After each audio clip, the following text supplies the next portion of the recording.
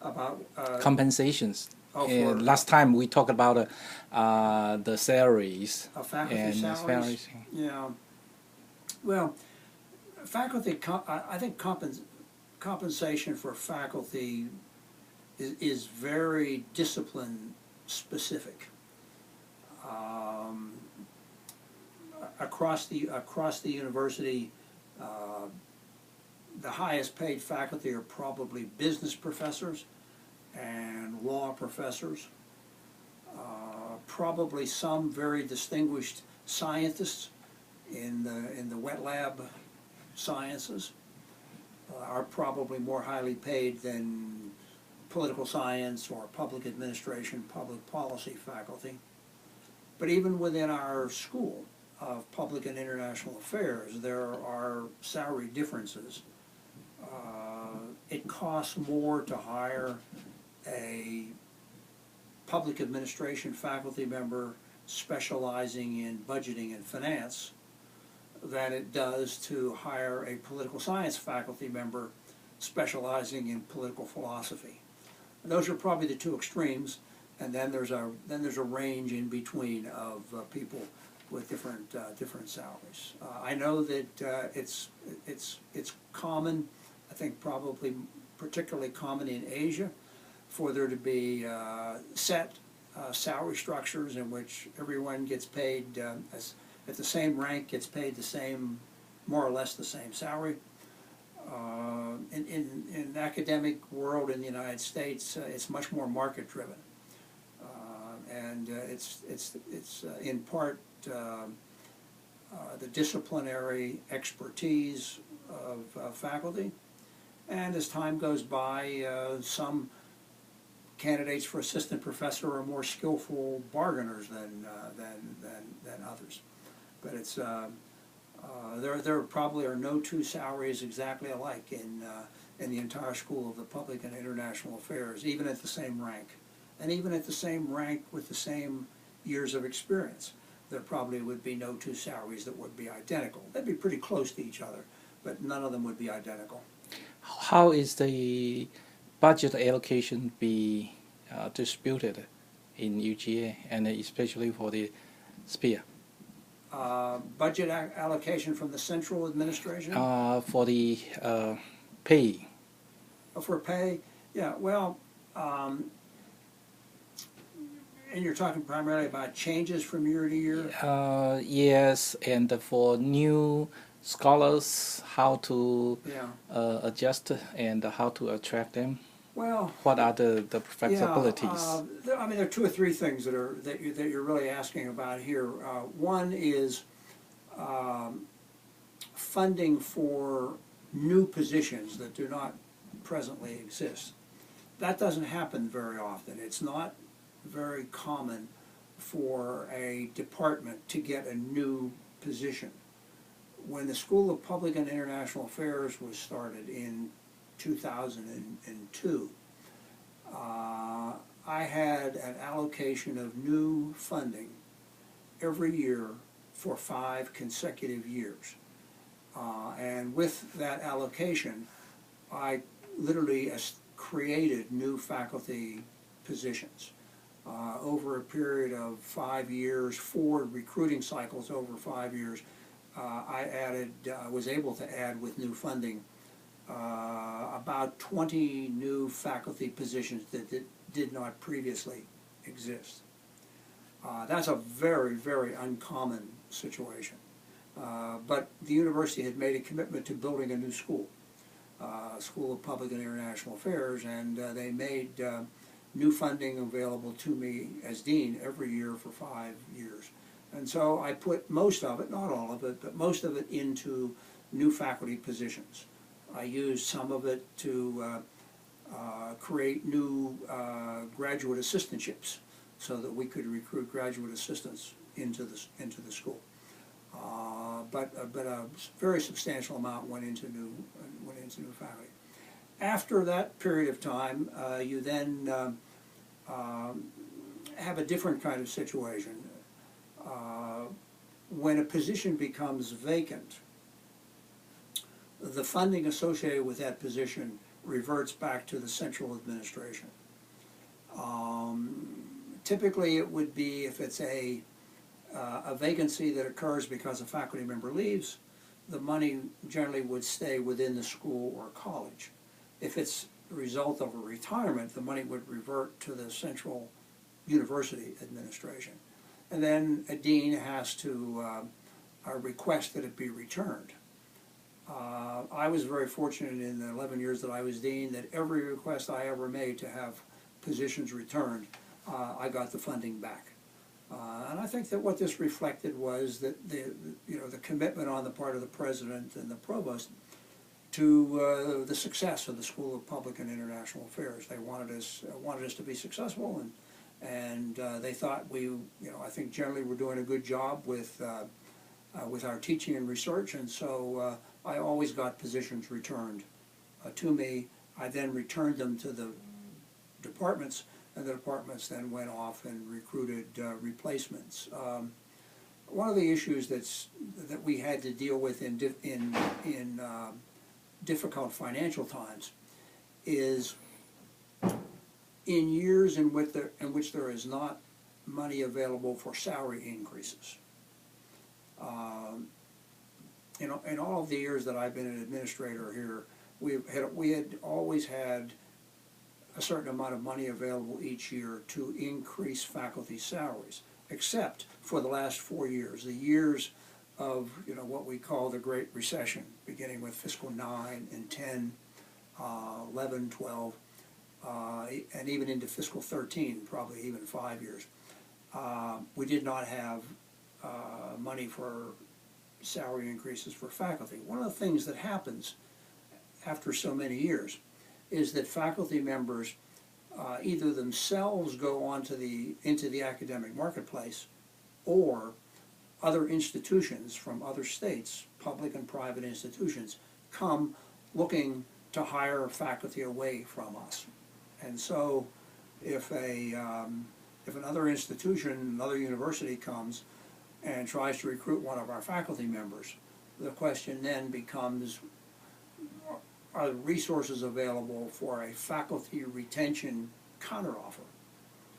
And what happens at this university is that the last couple of provosts at least have generally said to deans, we'll be willing to help you with a faculty retention counteroffer, but we will split the counteroffer with you on a 50-50 basis, so that if it costs $10,000 to retain a faculty member, it costs the dean's office $5,000, and it would cost the central administration and the provost $5,000.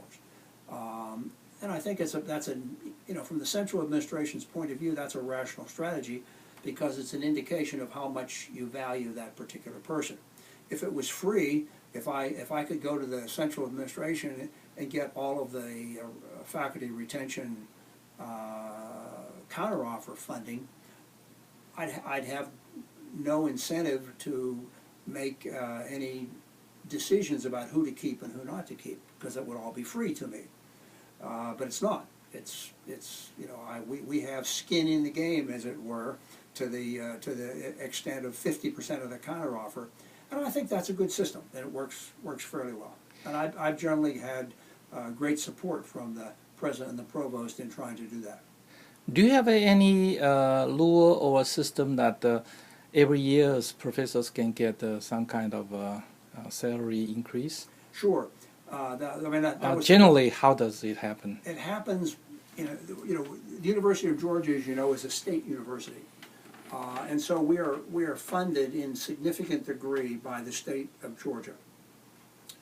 And in a particular year, the legislature of Georgia would appropriate funds from tax revenue, would appropriate funds to the university system for salary increases, maybe of all state employees, but in the case that we're talking about, employees of the university system of Georgia. And it might be an amount equal to 3% or 4% of the total pool of all faculty salaries. Does it happen every year? It happens almost every year except for the last 5 years since the Great Recession of 2009 and 9 and 10. But up to that time, I can only think of maybe 1 or 2 years in the previous, 25 or 30 years that there wasn't a salary increase of some sort. It would vary in amount. It might be 1 or 2%. I remember it being as high as 6%. Now that doesn't mean that every faculty member gets whatever that percentage is. Yes, that's what I want to ask. It means that that's the pool. Yes.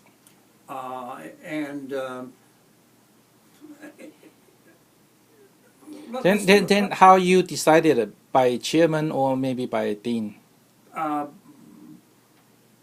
Let's assume I had 50 faculty members. Okay. In the School of Public and International Affairs, and there was going to be a salary increase of the legislature said the salary increase would be 2%.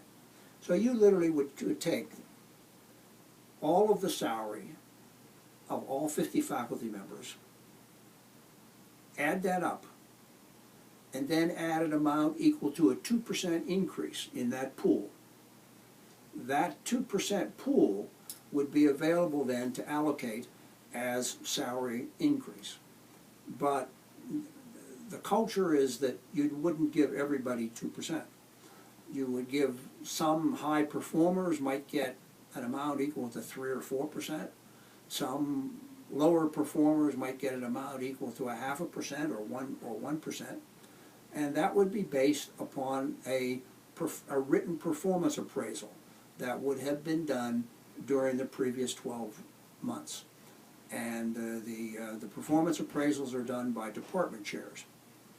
And then salary allocations are made by department chairs, not by the dean.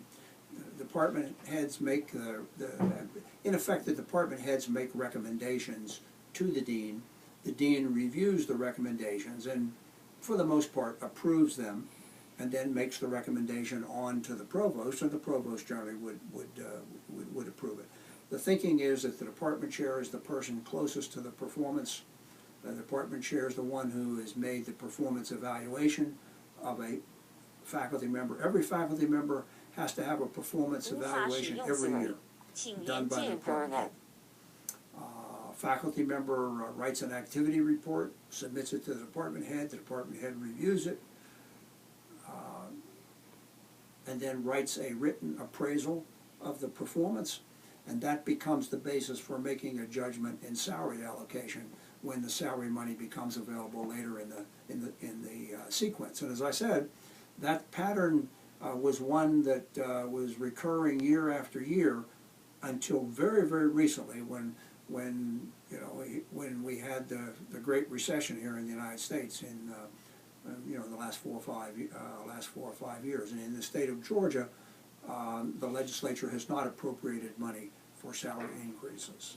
I expect that they will resume that practice next year, but don't know for sure. But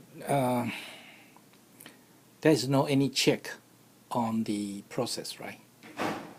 I mean, the chairman decided, and no one or no any mechanism to check on it, or is there any appeal to the decision? On the part of the faculty member? Yeah. Sure. Is it secret?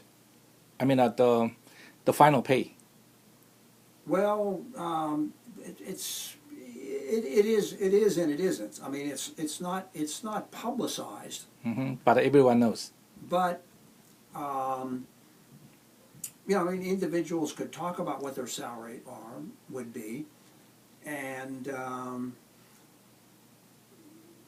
there is an official auditor's report of the state where you could go back and look at salaries, but the lag time between when the auditor's report comes out and when the a salary decision is made might be a couple years. So it wouldn't be totally accurate information. But it's I guess rather than call it secret, which sort of implies that there's something you don't want people to know, I would say it's private. Okay. An individual's salary is a private matter, and if the individual wants to disclose it, he or she is free to do so.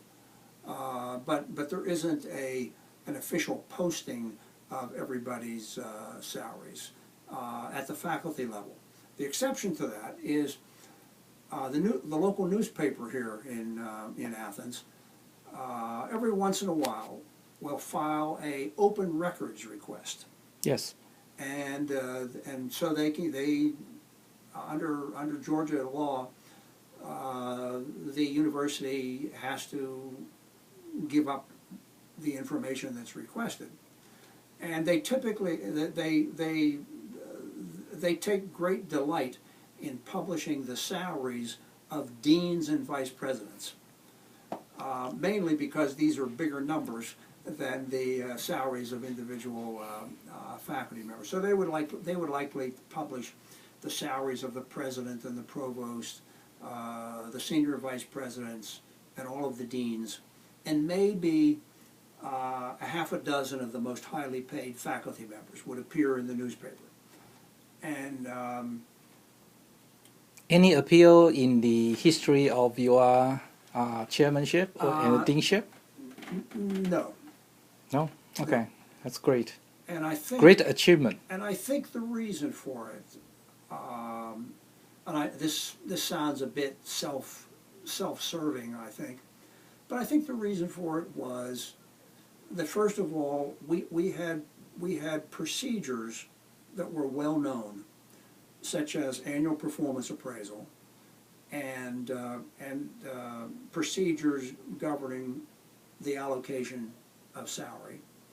And then I think secondly, I probably had a reputation of being a reasonable and fair-minded person, and I take some pride in that. And occasionally a faculty member would come and say, I wish you had given me more, or I wish you had paid more attention to this achievement or accomplishment of mine. And I generally would agree that the next time around I maybe would pay more attention to that achievement in the next time of allocating salary. And here I'm talking now about allocating salary in the years that I was a department head, department chairman. But I think that if faculty believe that you're fair and that you took the process seriously and paid attention to all of the information, they generally are willing to go along with the decision.